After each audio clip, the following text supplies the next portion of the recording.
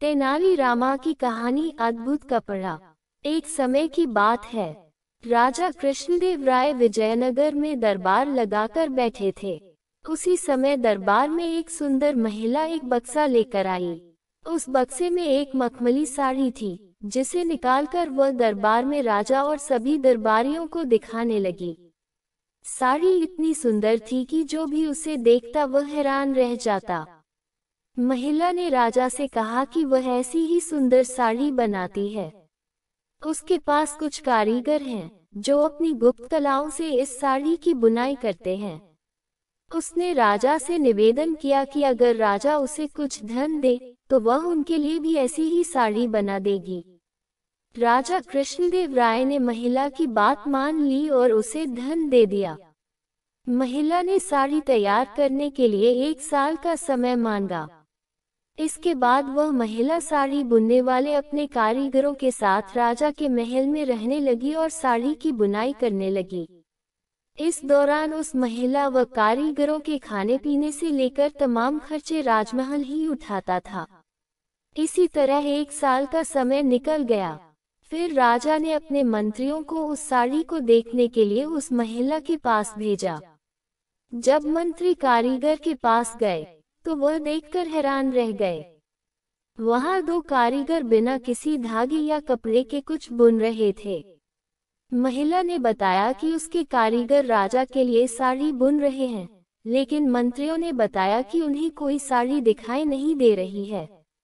इस पर उस महिला ने कहा कि यह साड़ी सिर्फ वही लोग देख सकते हैं, जिनका मन साफ हो और जीवन में उन्होंने कोई पाप न किया हो।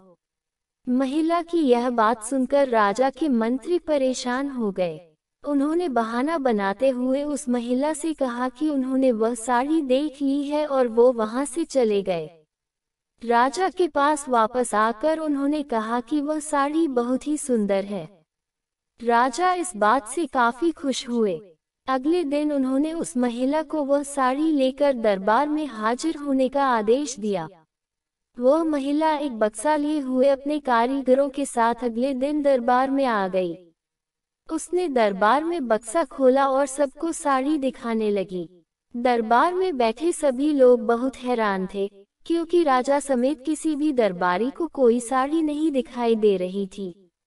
यह देखकर तेनालीराम ने राजा के कान में कहा कि उस महिला ने झूठ बोला है, वह सभी को बेवकूफ बना रही है।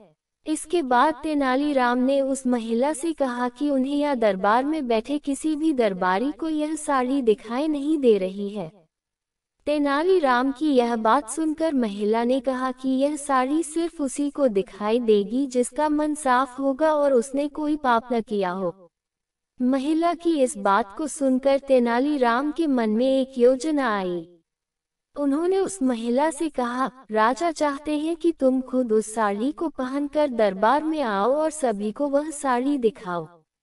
तेनालीराम की यह बात सुनकर वह महिला राजा के सामने माफी मांगने लगी। उसने राजा को सब सच सच बता दिया कि उसने कोई साड़ी नहीं बनाई है।